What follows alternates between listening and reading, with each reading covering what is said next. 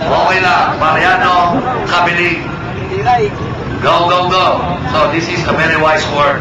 Don't ask the Lord to guide your steps if you are not willing to move your faith. Okay, Mariano Kabiling.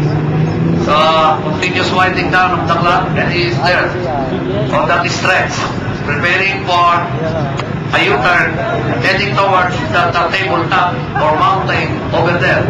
At doon na-enjoy ng ating may mga vertical canals pala doon na parang bigla-bigla na lang pupulaga sa iyong unahan at magbibigay na rin ng katatagan ng iyong sasakyan at abilidad na lulutan sa paring naman ng ating mga driver. Oh, remarkable driving skills. Doon natin yung tingigana, ilalaman ng oras niya, siyempre lesson sa reading fields na nagaganap doon sa napakalaking bahagi ng J-obstacle. Malalim yan na may tubig yun. At nagkaroon ng problema, and he is there struggling from the bottom of the deep well finding remedy regarding on that particular situation being known that by every vessel of Malino from now on top of the hill.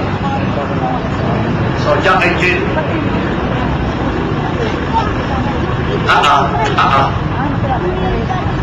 Back! Down! So, watch and left. So, okay. A gentleman from Angeles City to the healing field. Ito na. Tingnan natin kung namuhay ka dyan. Maraming kang nagtangka at maraming din kang namiyong. Maraming gulong ang tumulong dyan. At dyan na nga ang higana, ang hamon, ang buksan, ang katatagan na sasakyan mo. At tibay ng iyong mga braso, tibay ng tatag ng iyong mga balikat, at haba ng iyong mga paa ay matataya sa ibabaw ng sakalan. Oh, what's that sound? So there will be a sound of a violent wind regarding on the whistle blowing of our marshals. Oh, sorry miss again for our gladiator coming from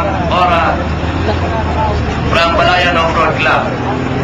Oh, it is not a lucky day for Evelyn Benson. So, galing na operator na natin router, no? Automatic na. Basta pumito, andun na agad siya. Yan ang mga nasa 911.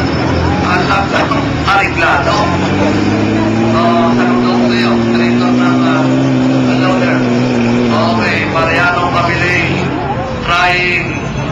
Pursuing for that mixed game.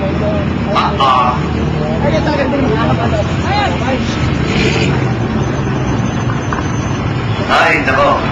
Paul Herrera, sir, get ready. So, if I'm not mistaken, Paul Herrera riding in a maroon or red jeep from San Jose, Del Monte, Bulacan. Very much ready from the starting line.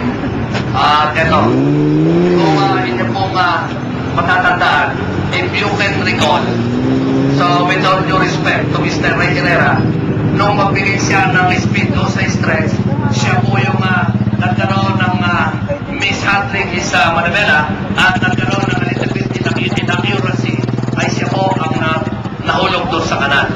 So ito, parangon, pagkatapos nga ng pagkalog mo, Ray Herrera, nasa starting line, rugby. Okay, ito na!